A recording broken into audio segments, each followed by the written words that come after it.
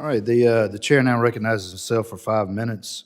Mr. Wilkowski, I know you've answered a lot of what I'm going to ask you because I've heard it throughout your testimony, but I just want to go through it again just so that I get it on my record as what we're doing.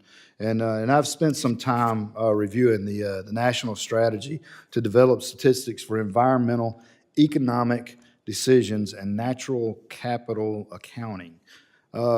Since you referenced it throughout your testimony, you are familiar with this document, the National Strategy for Natural Capital Accounting, correct? Although the Bureau was not directly involved in its development and preparation for this hearing, in all your testimony, familiarized myself, certainly. You say yes? Yes, okay. Certainly. Okay. Now, according to the strategy itself and information from the White House, the lead authors of the National Strategy for Natural Capital Accounting are the Office of Management and Budget, the Office of Science and Technology Policy, and the Department of Commerce. Is that your understanding as well? That is my understanding, Mr. Chairman. Okay. So, as the sole representative over there for the Biden administration, can you explain to me why the OMB, OST, and Commerce all refused to come here today to discuss their work and explain to the American people just what the heck the natural accounting, capital accounting, and ecosystem service valuation is all about?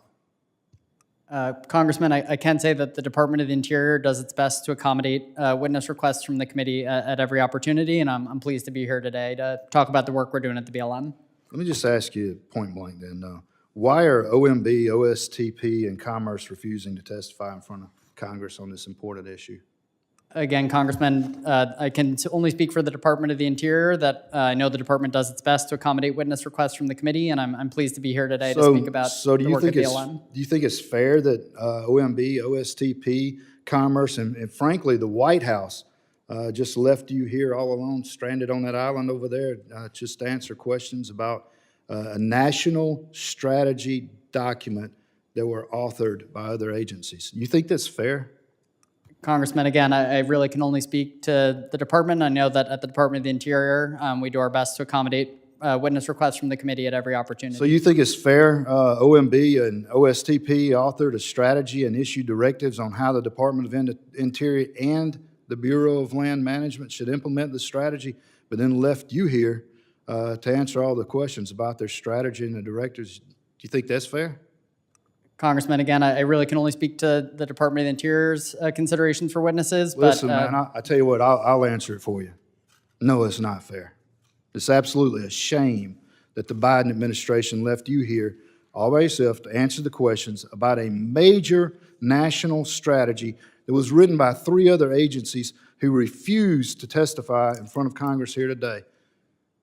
And I'll tell you what, we may have different views on policies and politics, but I kind of feel bad for you sitting over there with the OMB and the OSTP and the White House tossing you out here to the wolves alone while they don't show up. And I don't blame you. If you decide to leave the Biden administration, call me. We'll help you get a job somewhere.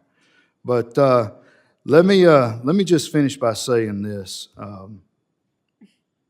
It's absolutely outrageous that the Office of Management and Budget, the Office of Science and Technology and Policy, the Department of Commerce, and the White House sent you here today by yourself to answer for stuff that they've done. But it's not surprising.